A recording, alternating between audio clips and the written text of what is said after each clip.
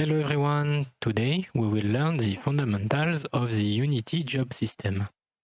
The job system is part of the data-oriented technology stack and allows you to take advantage of modern multi-core CPU architectures.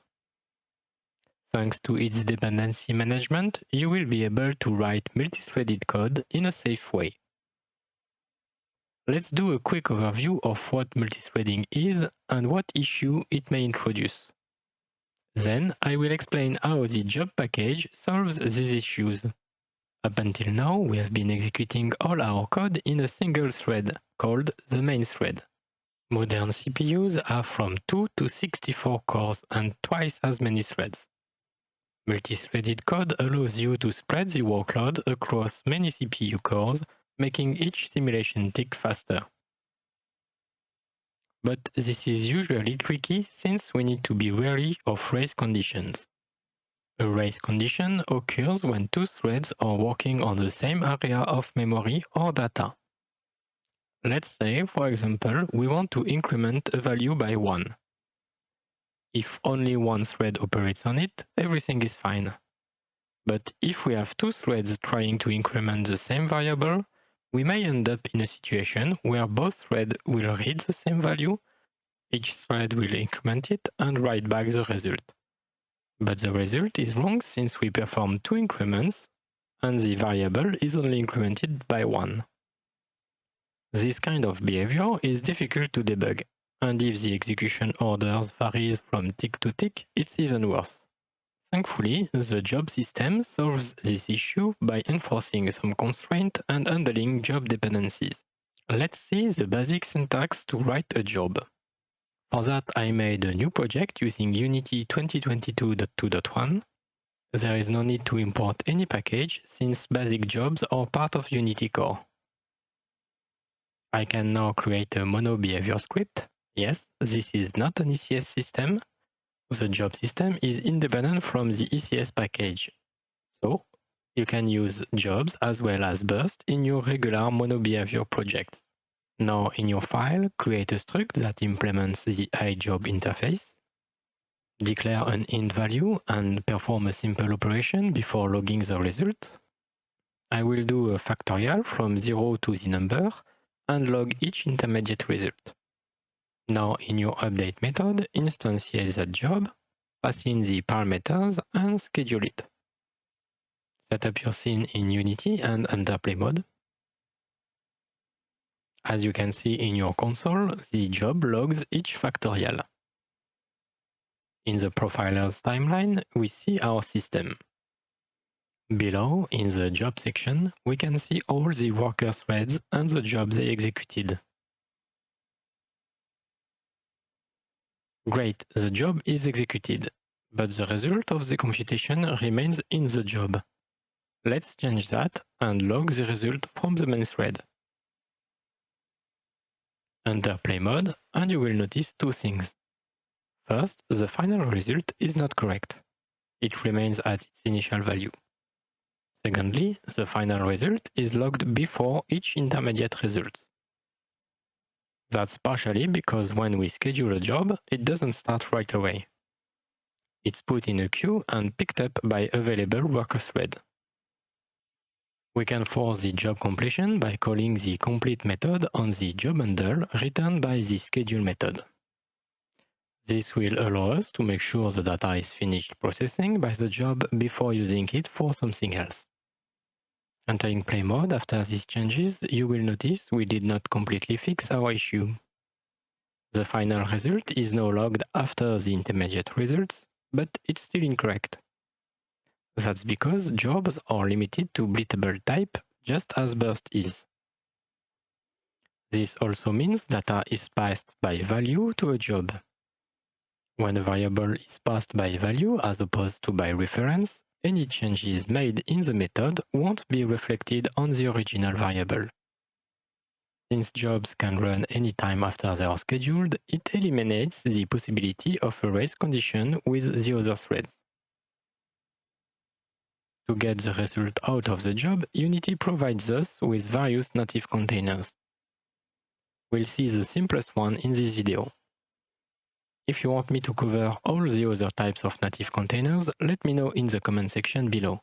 And while you're at it, don't forget to leave a thumbs up if you enjoy learning from me. It means a lot to me and shows the YouTube algorithm that my content is valuable to you. Thanks! Now, to use native containers, we need to import the collections package. Like for the ECS package, we can do that through the package manager and import it by its name, com.unity.collections.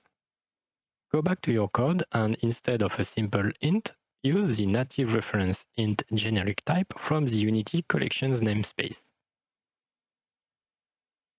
We can use the temp job allocator for it. As a reminder, this allocator needs to be disposed of and can live for up to 4 frames before being considered a memory leak. Use the native reference in your job and debug log statement, and don't forget to dispose of it. Now, if we enter play mode, you should see the final result being correctly logged. But did we not just create the same situation we described for the race condition in the beginning? No, we did not, thanks to the safety system that comes with the native containers. If you don't trust me, try commenting the line where we complete the job handle and let me know in the comments what you see in your console. Okay, I'm about halfway done with the fundamentals.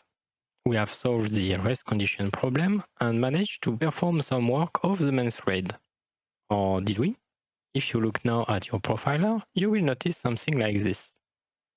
Your job is executed by a worker thread, but your main thread isn't doing anything in the meantime.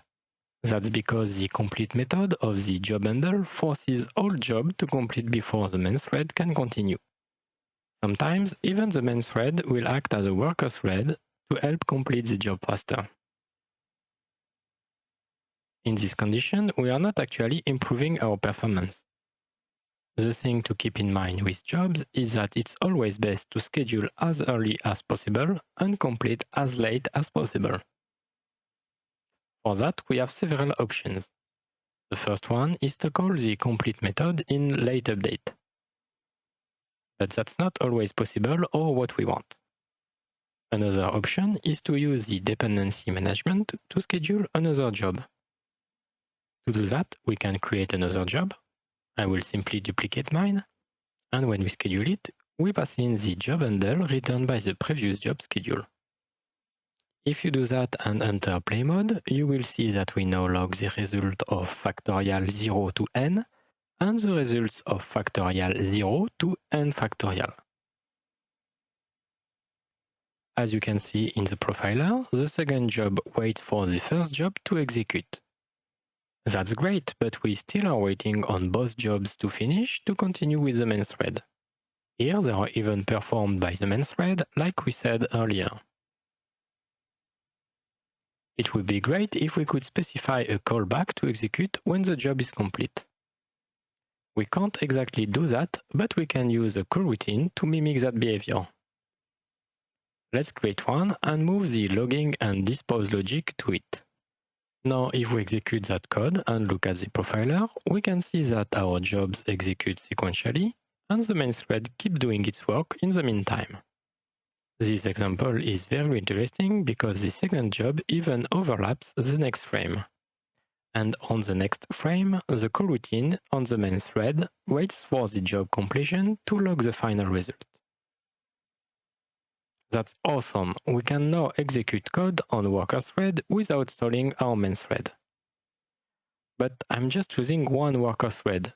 I have much more than that. How can I perform parallel execution not only between the main thread and the worker thread, but between all available worker threads? The solution is so simple that you will like it, just like this video. All we have to do is to use a different job handle to schedule our job. So if I duplicate both my jobs and don't assign a job handle to its first job, I will create a new job chain parallel to the first one. As you can see in the profiler, I now have 4 instances of the job running in parallel 2 by 2. The first job of the first chain runs at the same time as the first job of the second chain. And when the first job of each chain completes, the second one starts.